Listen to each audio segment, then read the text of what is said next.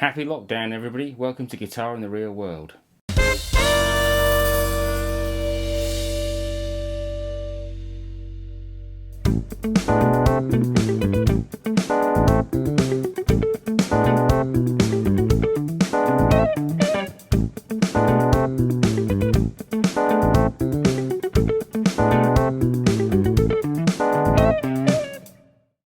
Hi all. Today I thought it would be good to talk about some rhythm guitar interplay that is featured on a couple of Donald Fagen's tracks.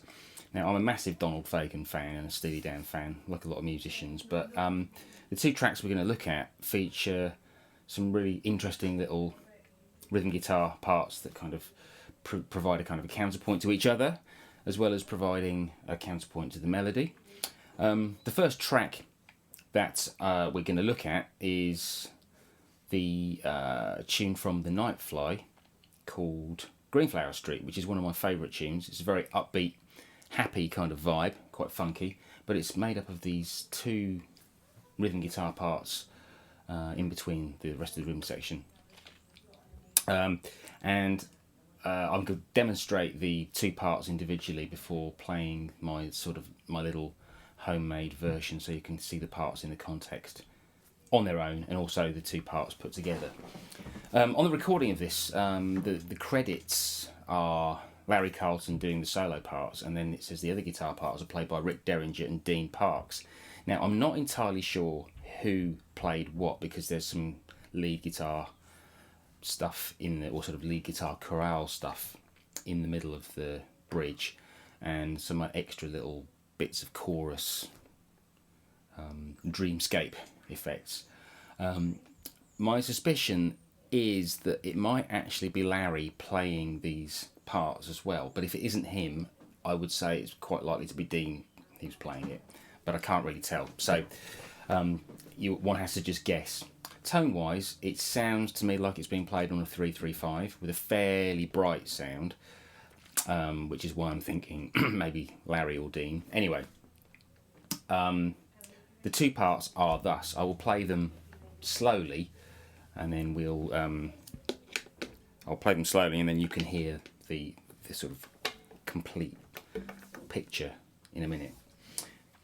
Okay, so this is the lower part, and I'll just play it at a slower tempo, and it goes like this: 1, 2, 3, 4, and.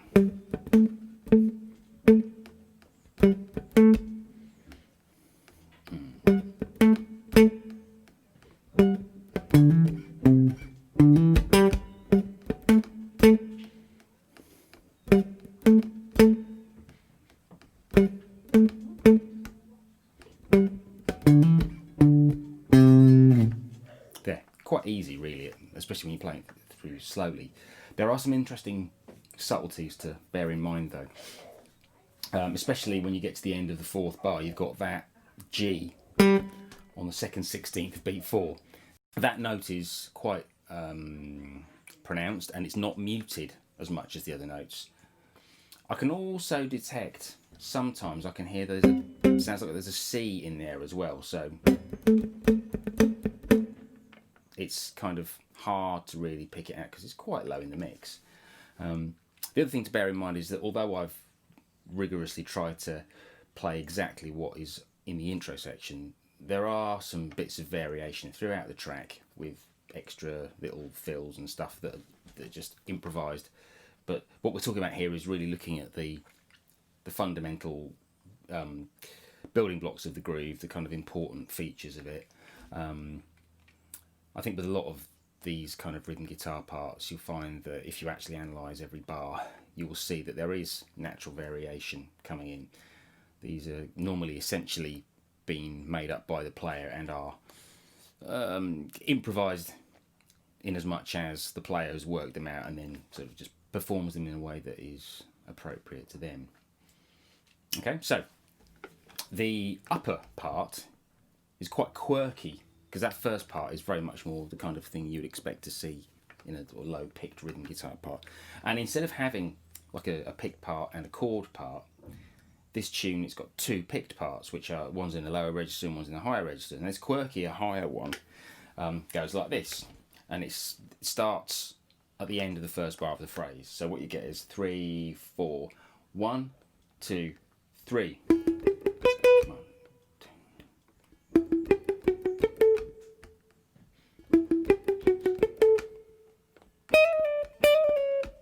So that's quite weird. Essentially, this tune is in A minor, with the passing chord in the Rhodes part coming up from a G sharp diminished, which is a substitution for E7th. So what's happening is you're getting this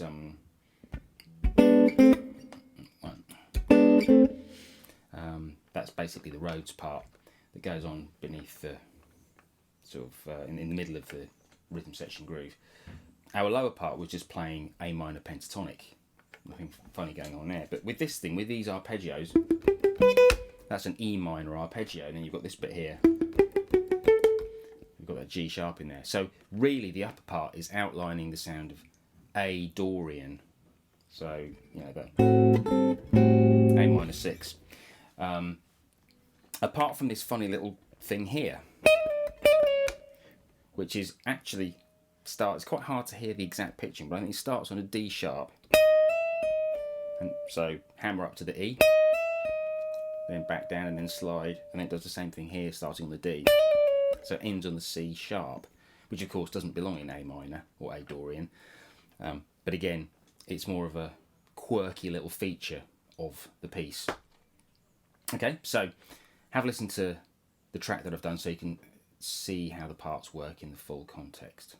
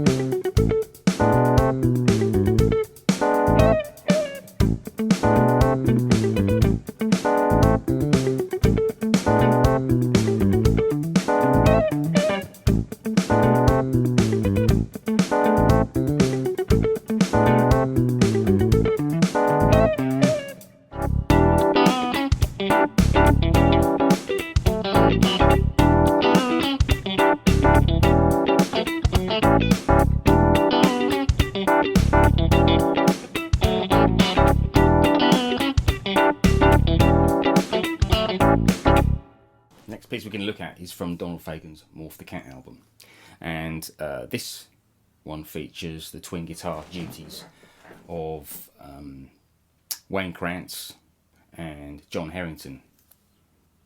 Now in this piece we have the more classic chordal part, sort of strummy part, which John Harrington's playing, against the picked single note thing which Krantz is doing. And this one is kind of a bit more intricate, if you will. Again, what we're finding is that, in particular with John Harrington's part, is that he's playing a fundamental groove and he's kind of putting his own variations in as he goes. When I did the version that you will see in the video here, I basically tried to transcribe 8 bars worth of what he does as best I could. It doesn't quite sound exactly like him. I was probably not getting as much of the D note in this pattern here, which he's doing this sort of what was it? All that kind of stuff. Sometimes you can hear a bit more of the G, but he's essentially playing just around those 2 figures.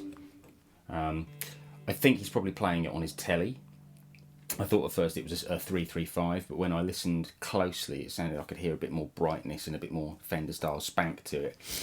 But yeah, neck pickup of his telly versus Krantz, who's playing what it would be his Tyler era and his usual position 4, kind of typical Krantz sound. So what I'll do is I'll play through the parts slowly again, just so you can hear them on their own. And then, of course, you can look at the actual video to see them in the full context. Okay, so with the John Harrington's part, you get this. 1, 2, 3, 4.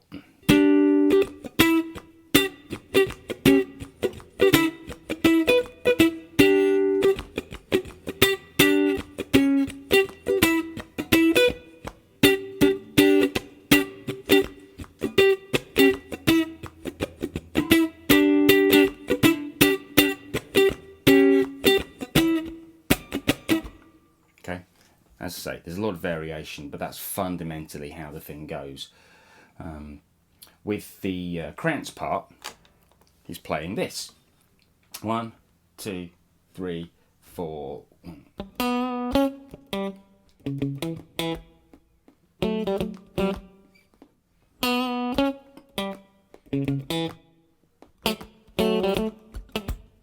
And then it just repeats round and round, again with subtle variations in the context of the kind of ghosted and muted notes that he puts in. And in his usual inimitable style, he's really in the pocket, because Krantz obviously is one of the great masters of groove playing. Everything about his approach when he's soloing in his own band is about making sure that everything is really in the pocket. So when you put him in a rhythm guitar context, he's actually quite superior. This tune is essentially an E Dorian groove in the verse, and I'd say I'm only really talking about the verses of these two songs. So that's why you're hearing in John's part, you're hearing the change from that D and the G down to the C sharp and the G. So it's down to that. The bass line sometimes plays an A, which makes it sound more like an A7th. But essentially it's moving around E-7, E-6. Okay, so check out the actual track that I've put together at the end of this now, and also the best place to go and learn is to listen to the actual tracks. So we're talking the album Morph the Cat for Brite Nitegown, and for the other track you need to go to the Nightfly and check out Greenflower Street. Classic albums which have got excellent guitar playing throughout them. Okay, we'll see you next week. Cheers guys.